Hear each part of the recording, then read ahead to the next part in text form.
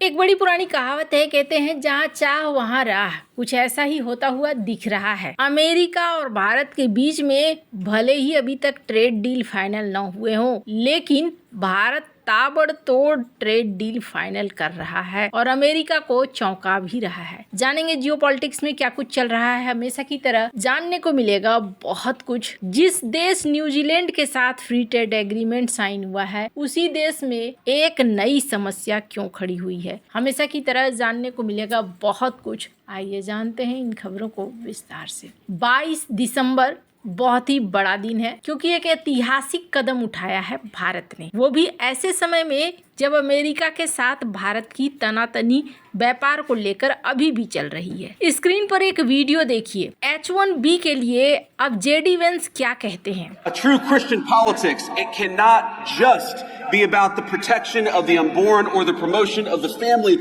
as important as those things absolutely are. It must be at the heart of our full understanding of government. Why do we penalize corporations that ship American jobs overseas? Because we believe in the inherent dignity of human work and every person who works a good job in this country. Why?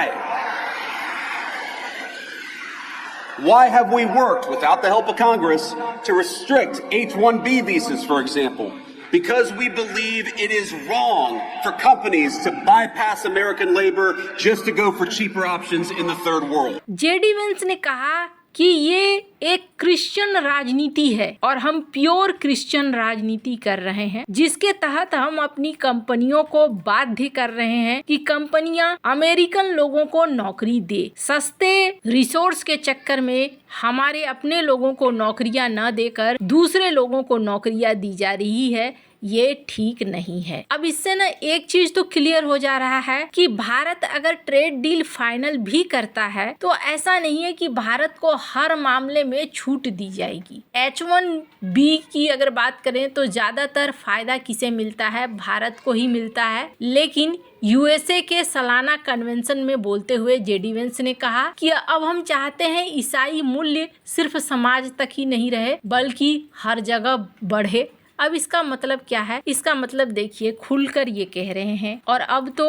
America के साथ ऐसा है ना कि ये एकदम से अब धर्म की बात करने लगे हैं, खुलकर धार्मिक तरीके से सामने आने लगे हैं। ये संकेत ना अब कई सारे देशों के लिए ठीक नहीं है। पर जो भी है, अमेरिका ने एक चीज साबित कर दिया है कि भाई हम अपना देखेंगे, अपना अपना गोलो और अपना अपना पियो वाला सीन है। और यही वजह है कि भारत ने भी इस चीज को साफ किया है कि कई ऐसे सेक्टर हैं, चाहे फ्री ट्रेड एग्रीमेंट हो या फिर ट्रेड डील हो, हम उन सेक्टर्स को नहीं खोल सकते हैं। वो हमारा रेड लाइन है। स्क्रीन पर इस वीडियो को सुनिए। पीयूष गोयल ने एक बार फिर से दोहराया है।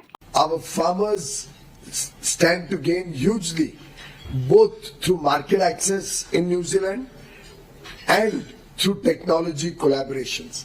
Similarly, for our fishermen, our dairy persons, and giving a very small conditional TRQ, very small volume of concessional duty exports on a few products, we have been able to open up large vistas of market access and technology collaboration and benefit from new Zealand. और यहाँ अभी पीयूष गोयल ने कहा है कि काफी advance स्तर तक हम पहुंच चुके हैं अमेरिका के साथ ट्रेड डील के लिए। लेकिन अमेरिका के साथ कई बार पहले भी ऐसा हुआ है कि बहुत आगे तक निकल गए और फिर ट्रेड डील नहीं हुआ। तो ऐसी चीजें अमेरिका के साथ पहले भी हुई है। भारत प्लान बी पर काम कर रहा है, मैंने पहले भी कहा था। और इसी प्लान बी के तहत भारत ने न्यूजीलैंड के साथ ट्रेड डील को फाइनल कर लिया है। ये फ्री ट्रेड एग्रीमेंट है जिसको लेकर बहुत सारी बातें कही जा रही है। पीयूष गोयल ने कहा कि न्यूजीलैंड के साथ जो ये समझौता हुआ है, ये सिर्फ फ्री ट्रेड एग्रीमेंट तक ही नहीं है। शिक्षा, research, development, innovation, service sector, tourism, खेल जैसे कई क्षेत्र शामिल हैं। केंद्रीय मंत्री ने कहा कि यह समझौता भारत और न्यूजीलैंड के नेताओं, प्रधानमंत्री मोदी और प्रधानमंत्री लक्सन की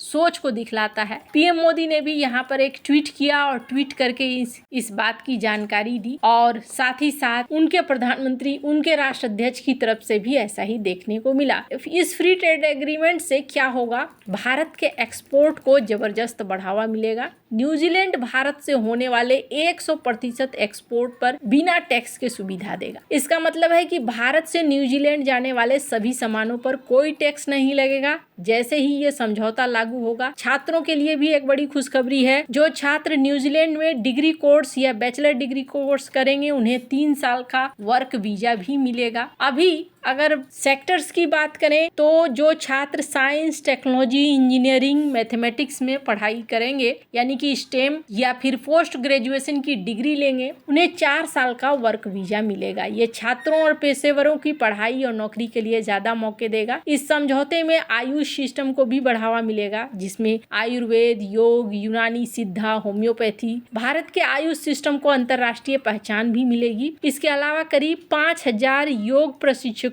शेफ, आयुष प्रोफेशनल, नर्सों को प्रोफेशनल वर्क वीजा मिलेगा। भारत के लिए 118 नए सेक्टर खुलेंगे, जिनमें tourism, IT, telecom, audio visual जैसे क्षेत्र होंगे। न्यूजीलैंड ने पहले जो 10% तक के टैरिफ लगाए थे, उन्हें खत्म कर दिया। इससे भारत के टेक्सटाइल और कपड़ा निर्यातकों को 1057 तरह के सामानों पर 0 ड्यूटी का फायदा मिलेगा। भारत के टेक्सटाइल और कपड़ा निर्यात 2024-2025 में $36.9 अरब तक पहुंच गए थे। न्यूजीलैंड को होने वाला निर्यात $103 मिलियन था और इस समझौते के बाद इसमें और तेजी आने की उम्मीद है, क्योंकि न्यूजीलैंड सालाना करीब $1.9 अरब का टेक्सटाइल आयात करता है। पिछले कुछ समय से भारत ने करीब 7 फ्री ट्रेड एग्रीमेंट साइन कर लिए हैं। इंडिया न्यूजीलैंड के साथ 2025 में, इंडिया ओमान के साथ सेपा, इंडिया यूके के साथ सेटा, इंडिया EFTA के साथ 2022 में इंडिया ऑस्ट्रेलिया, इंडिया UAE 2022 और इंडिया मॉरिशस 2021। अब है नंबर अमेरिका का, लेकिन आपको बता दूं, अमेरिका के साथ ना एक बड़ी समस्या है। और समस्या क्या है कि अभी तक ये फाइनल रूप में पहुंचे नहीं हैं। इन्हें लगता है कि भारत के ऊपर लगातार दबाव बनाया जाए तो भारत सेक्टर्स को खोल देगा, लेकिन भारत साफ कर चुका है कि हम उन्हीं शर्तों पर आपके साथ भी फ्री ट्रेड एग्रीमेंट करने को साइन है जो शर्तें हमने लागू की थी न्यूजीलैंड के लिए। लेकिन यहाँ एक और चीज देखने को मिल रहा है कि न्यूजीलैंड की जो फर्स्ट पार्टी है, अपने ही नेता का वो विरोध कर रहे हैं, जो कि विंस्टन पीटर्स हैं, विदेश मंत्री हैं। इन्होंने कहा कि न्यूजीलैंड के लिए ये सौदा ठीक नहीं है, डेयरी सेक्टर में हमें कोई लाभ नहीं मिलेगा। न्यूजीलैंड दुनिया का प्रमुख डेयरी निर्यातक है। दूध, चीज, मक्खन जैसे प्रोडक्ट के कुल निर्यात 30% हैं। हम यहाँ बेचते तो हमें फायदा होता, लेकिन भारत ने अपने मार्केट में घुसने नहीं दिया। अब जो भी है, इन्हें अब समझ में भी आ रहा है न्यूजीलैंड आखिरकार ये फैसले के लिए तैयार क्यों हो गया। 10 साल से तो चुपचाप बैठा हुआ था। साल 2010 में ही शुरुआत हुई थी, लेकिन फिर भी मामला अटक गया था। तो इसके पीछे डोनाल्ड ट्रंप भी एक कारण है। दुनिया के देश अब समझने लगे हैं कि नहीं भाई, हमें अब जितनी जल्दी हो अपने आर्थिक हितों को देखना है, तो अब ताका झाकी करने के बजाय अपने अपने फैसले ले रहे हैं। हालांकि न्यूजीलैंड में एक और कांड हुआ है, स्क्रीन पर आप देख सकते हैं इस वीडियो को। सिखों के द्वारा नगर कीर्तन आयोजित किया गया था, लेकिन देखने को मिला कुछ ग्रुप आ गए जिन्होंने इस नगर कीर्तन को रोका और उनके सामने हाका नृत्य करने लगे। ये एक विरोध था और इस तरीके के विरोध अब दुनिया भर में देखने को मिल रहे हैं अलग अलग समुदाय के लोगों को, और ये धीरे धीरे टकराहट को ही बढ़ाता है। वैसे डोनाल्ड ट्रंप जितनी देर करते जाएंगे, भारत उतना ही अपने लिए नया नया ऑप्शन ढूंढता जाएगा। और सबसे बड़ी बात यह है कि अंत में आकर अमेरिका को भी फ्री ट्रेड एग्रीमेंट साइन करना ही पड़ेगा, और वो भारत के लिए अच्छा क्षण होगा। इसलिए अच्छा होगा क्योंकि भारत तब तक बहुत हद तक अपने आप को नए रूप में ढाल चुका होगा। आपको क्या लगता है इन सब मामले में, आपकी क्या राय है, कमेंट कर जरूर बताएं। जल्द मिलते हैं अगले वीडियो में नई खबर के साथ।